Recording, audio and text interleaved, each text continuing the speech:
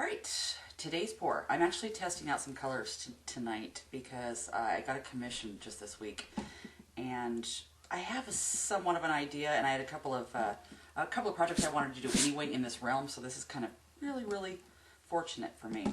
At this point, this time around, I'm using that green that I've had for a while now, but I added a little bit of the brown to it because I wanted to richen it up a little bit. But my main colors in this pour, and what these all of these are acrylic with Floetrol and silicone.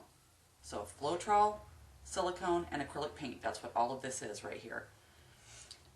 In between, I'm going to be adding in just little tiny bits of amounts, lace amounts, as I mix my pour, my dirty pour. I'm being adding a little bit of carbon black in between colors to help them transition, the dark brown and the white. That's the titanium white. So you may not see a lot of those, but they're going to be in there in the background, I hope, if this works that way. I hope so. All right, I'm going to get these poured and we'll get going. I feel like I'm forgetting something, but I also think that's because I got halfway through putting my paints together and pouring them and realized I didn't even have my gloves on yet. That would not have been pretty. So, oh, look, it's pouring already. I'm actually pretty excited about this. Already got a lot going on in the cup. Give you a little peek. Cool stuff.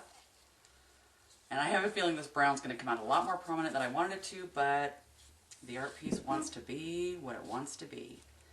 I'm going to do corners.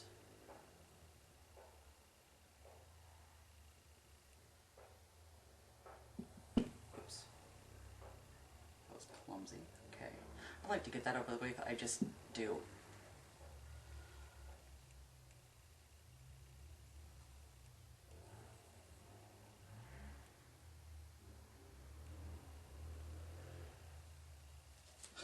I don't know if you can hear that, but we're out in the country around here, and there's kids dirt biking out here because we had a very nice day today. Oh, I hope that rusty orange comes through the way I want it to, because I really want, well, I'd tell you what I really want. You can tell me what you really want every time you do one of these, and what happens is not what you really want, and sometimes it's better, and sometimes it's not. So, if you can see that, we're getting a lot of action.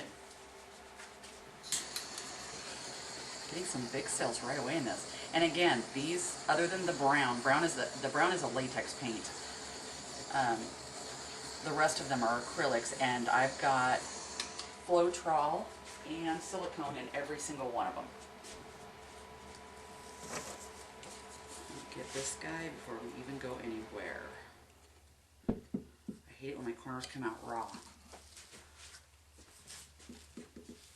Just letting that one up on top relax for a minute. Oops, almost muddied that.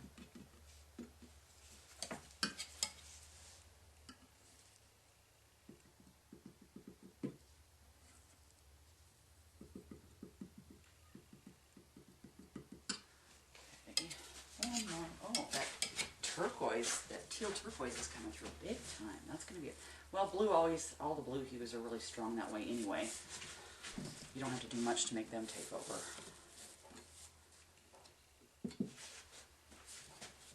You gonna work with me? Oh, it's been an up and down day. It's been extremely beautiful out after this horrible winter.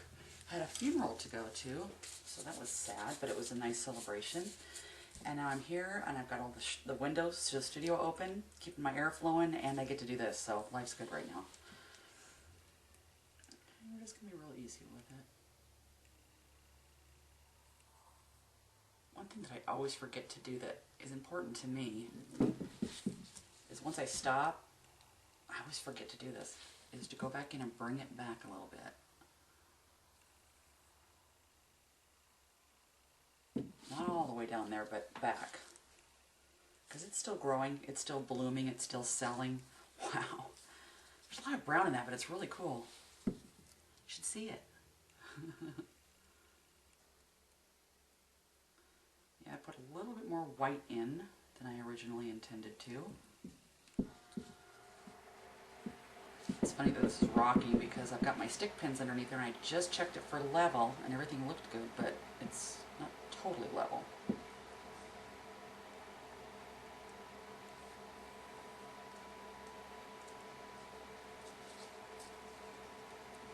Oh, that blue streak we're getting. Except I want it to be in the middle, so this pour needs to go, go, go, go, go. And done. I still have this corner to do down here, so that's good. I want to move this pretty fast because it's slightly thick, and the last thick one I did started to set up so fast I hardly had time to get bubbles out of it. So let's go for this corner and we'll be pretty much done except for the sides. Well, if this holds up, it's my new favorite. I'm going to bring it back up here because I want to float some of that up there, but I'm already a mess. It's funny because that rusty orange I had in there is shown. I have it in two different parts of the pour, and in the one part it came out like an orange and the other part came out like a rust, so it's actually doing exactly what I wanted it to, and I never hoped that it would. Okay, one more stretch. Alright, I just kind of wanted to center what was going on here. I don't know if I'm going to end up liking this one or not. It's not mixed quite well enough. And right now it kind of looks like a pig. Okay, hands. I'm just noticing. I try to get my little... I like my other one, but this one just does it so fast because it grabs so much paint that it's my go-to favorite.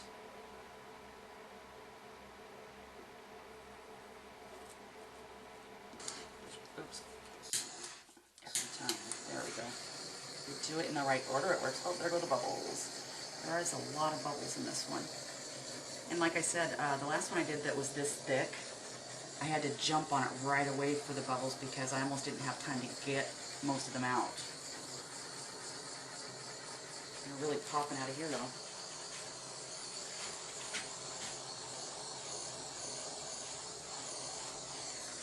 So at this point, it's not really making new cells, and I just noticed a part that's missing paint, but it is popping air bubbles, which is a good deal. We want that. Keep grabbing that side of the table, and there's paint all over it. Good thing I wore my paint clothes. Didn't wear my school clothes.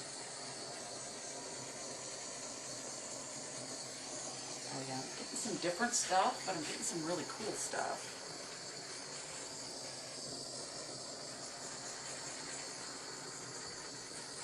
The rust with the dark blue turned out kind of cool. I really wanted to see more of that light blue, but like I said, the pour will do what it wants to do. I don't even know if I have time to tip this anymore, but you see how she moves. Oh yeah, gloves would be good. You know, it's funny, even when they fail, they're a blast, because when I try to describe the kind of art that I do to people, or you know, the kind of art that I do, the best way I can really describe it is 90% work and 10% magic. And sometimes that magic fails, but the last pour we did, that 10 seconds or that 10% was so magical that it spurs us on to do it again and again and again. Whether you feel like you made a failure or it didn't come out the way you wanted, which, hey, you get over that right now because these never come out the way you want. See, that's barely even moving, so I'm not going to test it. Because at this point I could start separating pigment. I love the colors. I love how they're working together. I don't like the layout. So I'm going to come and get you so you can take a look at some of the groovy stuff in the smaller areas that you're not seeing from there. I'm going to torch it one more time and then we'll do that.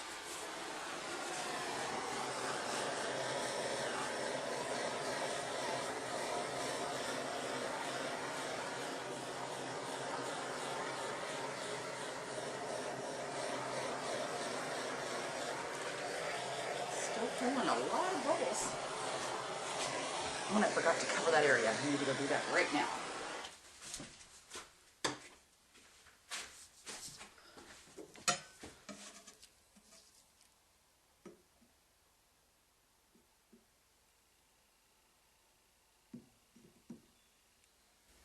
And here we go. So I can get you a good view without the lights in the way, and I've got plenty in here. There's some pretty cool stuff happening. First of all, let me pan out, which I'm horrible at, but see, I'm not digging the setup, but who knows what it'll look like when it's dry. But getting up closer, there is some really neat stuff going on here. It's the gold up in there. Like I said, I wanted a lot more of that blue to show, but oh well. And from my view, looking at the camera here, I'm not sure it's picking up the right colors. There's a lot of yellow light in here as usual. That's kind of a really neat area.